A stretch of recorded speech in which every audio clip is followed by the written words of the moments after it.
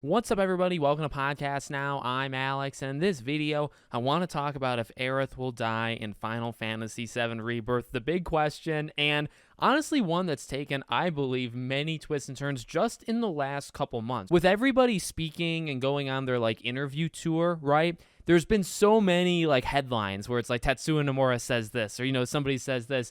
It's just so much, and it feels like it always goes back and forth, where they could take a hard left, right, and maybe replace Aerith, but for every time that you maybe think they'll do something like this, then there's a quote that talks about, hey, death is permanent and it's gonna happen. And actually, I believe Tetsuya Nomura literally said in one interview that there is gonna be a character death. That character will stay dead. They're not gonna revive them or anything. I know there's been an ESRB rating does mention a character being stabbed. So it seems like it's going to happen, but could you swap Aerith out with somebody else? Well, here's the thing, all right?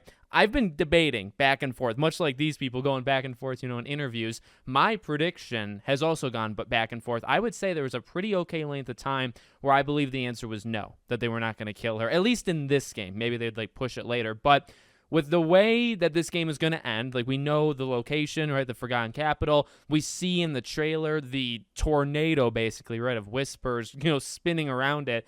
There's definitely, a scene happening there. There's definitely something going on that they are trying to preserve. And now here's the thing. They failed before, right? There's many, actually, actions in the first game that they failed to basically, keep Destiny on that path, right? It kind of took a left. So will that happen again here? My opinion as of right now, and I'm gonna, when you make a prediction, you got to stick with it at least at some point, right? 2 weeks out, I think Aerith is gonna die. Okay, I feel like just all the conversations about death, specifically, if we want to look at that, right, just what these people have said about the game just in the last month, I feel it hints more towards her dying than it doesn't. When you had I think it was Game Informer who did the 70 plus questions, right? And the facial response to, hey, what face are people going to make during that scene? You could say everybody's in on the joke, right? But when you throw out those lines and you throw out those questions, you're literally asking, what do you think people are going to their facial expression? What do you think it's going to look like when Aerith dies? And then he gives a facial response. Now, again, it could be leaning into it, right? Almost leaning into a joke where it's not going to happen and these people are just kind of building it up. But I would say just things that have been said, and even I would say maybe more of the hints of the trailer in the last little while, that indicates, she's going.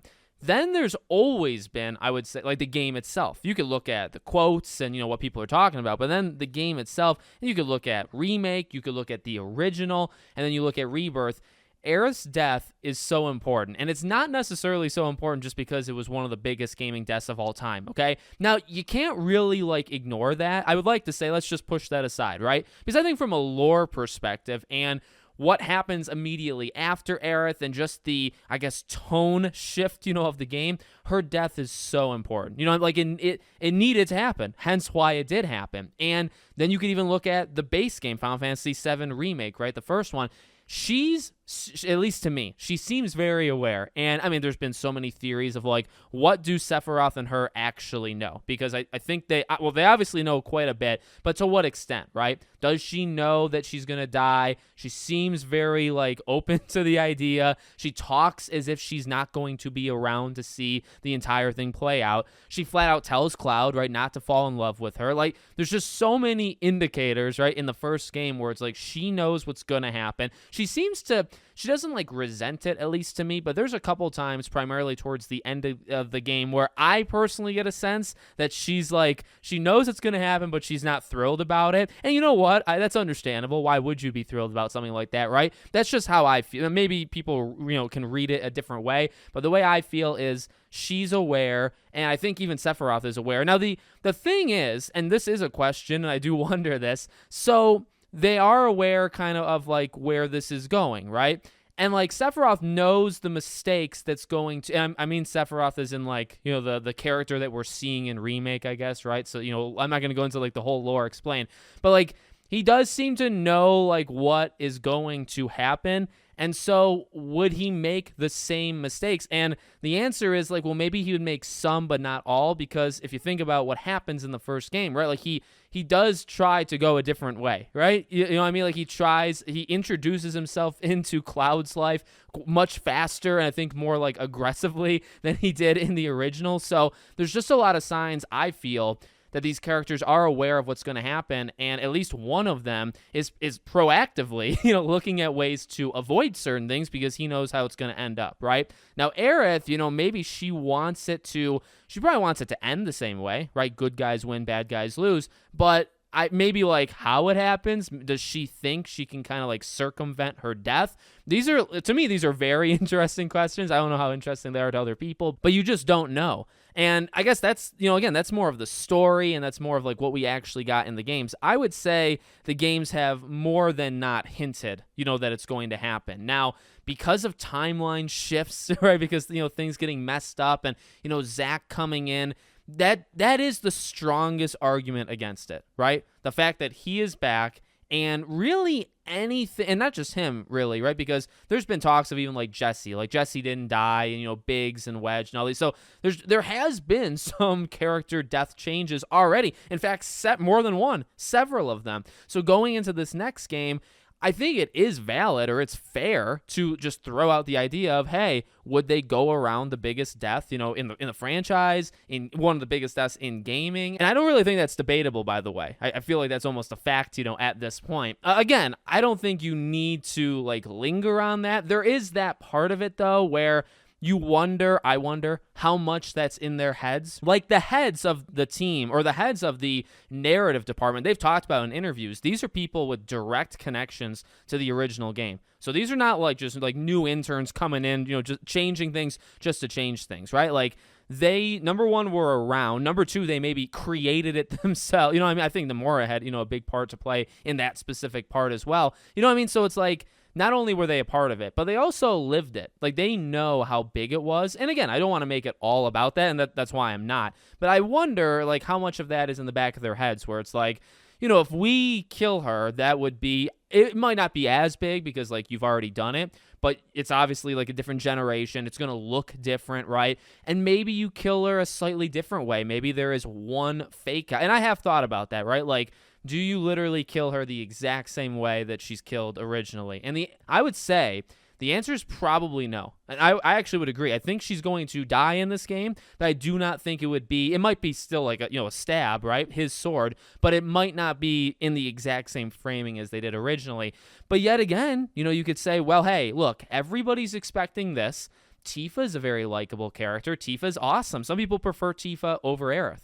So if we were to swap them, that would also be a big impact, right? Now, again, the thing that I would say is lore would kind of win out. Now, they're the writers. They could technically write themselves out of it, right? But just like the way the story goes and like Aerith's backstory and like her literal lore, right? It makes more sense for her to die than Tifa, just flat out. At least in the way that we're thinking about it now. But that's why these things can just go into circles, right? You can just keep almost repeating the same things over and over. Could you write yourself out of it? If Aerith doesn't die, say Tifa does, like would everything work out? Like ultimately, here's the thing. There's one more game. And we know the good guys will win. Okay, they're not going to pull some, how they get there might be different, but they're not going to pull some magical, very different kind of path here and all of a sudden say bad guys win, good guys lose. Like the end goal is going to be the same. It's just how they write themselves there.